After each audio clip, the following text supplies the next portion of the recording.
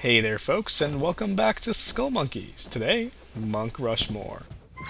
Monk Rushmore is a fairly easy level, especially compared to the Yint levels that we just did. It's also fairly sparse, just nice little clouds, not too much more there. And we got the Egg Beater Monkeys and the Flapper Monkeys here as our main enemies.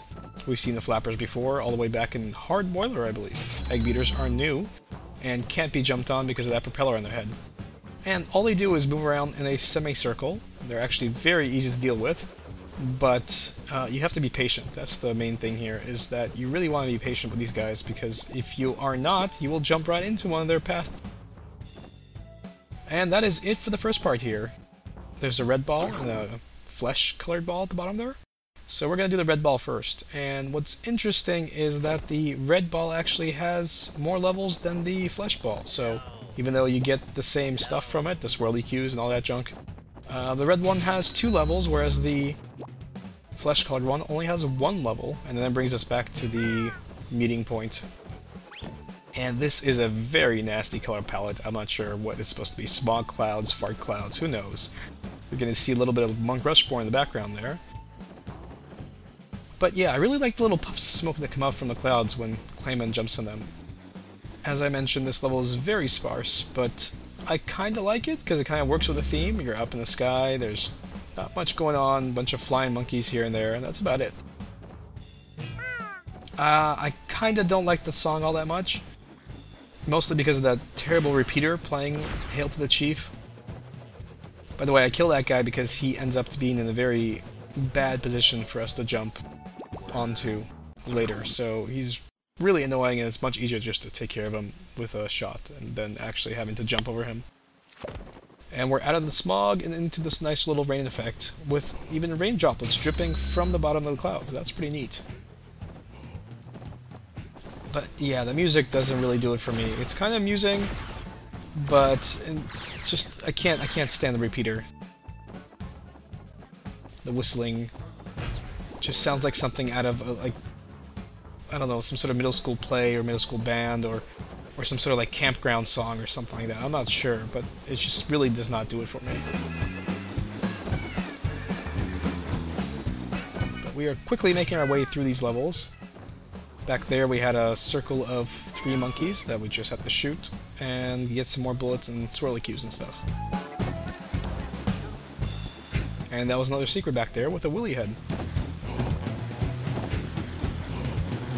This secret is kind of hard to get, but mostly because of the jump you have to do there off of the ball itself. Otherwise it will propel you into the floating monkey guy, egg beater guy here. In general though, there's not really that many hard jumps in this whole area. There's maybe one that I can point my finger on and say, hey, that's difficult, but mostly this is pretty easy.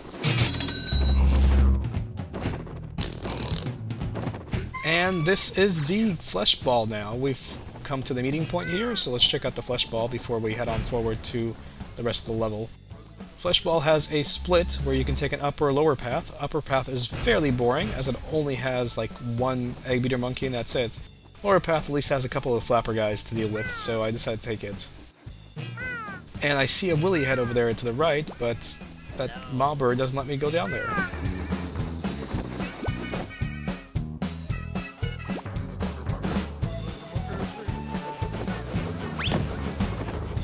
And yeah, most of these guys can be just ducked on. And there's our swirly cue for the flesh ball.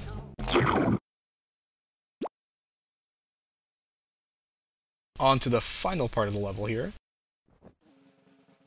Got a big old view of Mount Monk Rushmore in the background there. And there's our last 1970, although nothing happened, and it's kind of hidden away in a place that you might not think about looking.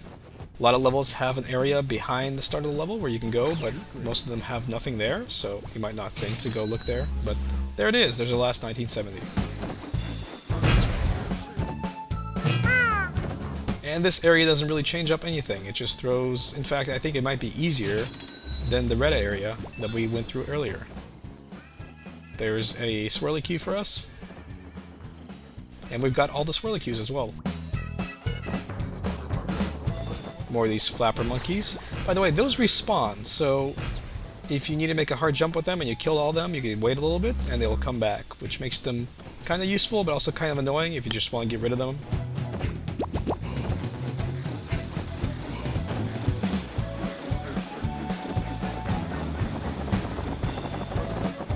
with the flapper monkeys, they're kind of annoying because they can kind of have these routes where, like that, where they get under you, and sometimes if Clayman's not actually up in the air, he'll die from them just bumping into Clayman's feet. And these guys, sometimes the propellers will pass through the clouds, and of course hitboxes being what they are in this game, makes a couple of those jumps hard. That was actually probably the hardest jump in this whole area, and that's only because it's a long jump that you have to jump over the egg beater guy. And that right there is our last secret for the level. It's also the worst secret in the game so far, as it just gives you a single bullet. And we've gotten better stuff from non-secret areas, so I'm not sure why that's a secret, but okay, let's just go with it. That is it for Monk Rushmore. Let's get this bonus room out of the way. Here's a little bonus room, 'cause I know you. And bonus room is also pretty laid back. There's no trips or tricks or traps in it. Just very simple and straightforward. Yes, here's a little bonus room where you can play. This is the last we'll be seeing of these clouds, so say goodbye to them. Lots of goodies to collect there. We're getting dangerously close to 99 lives, which is the limit in this game. Once you go over that, you don't actually gain lives. It just stays at 99. And hey, what's that? A 1970s ball.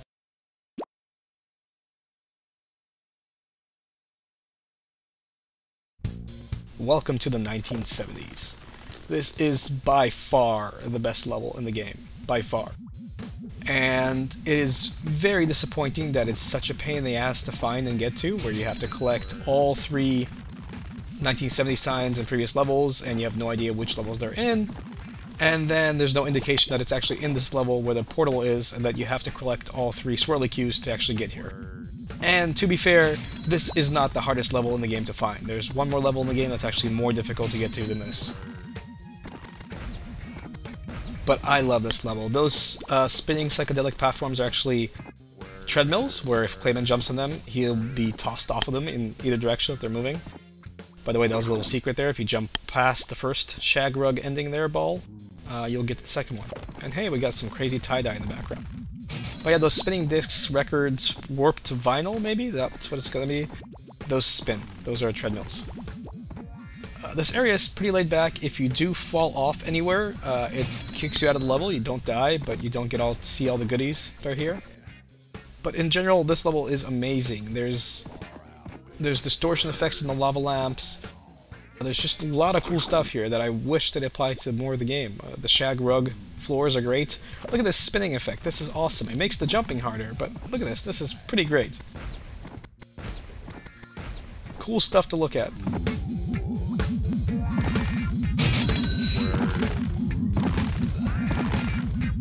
Some of these are, the longer ones actually are slower, and the shorter ones are faster for those warped vinyl discs that we jump on.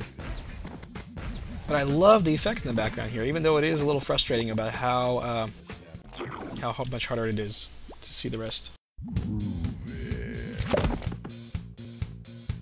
And here you see the pause menu is also distorted by the effects in the background, which is pretty cool in my opinion.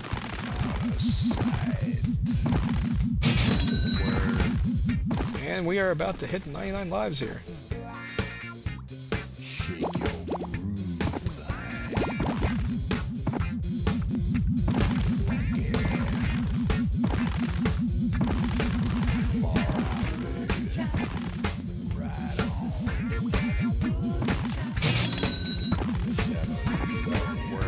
That jump right there was actually pretty tricky too.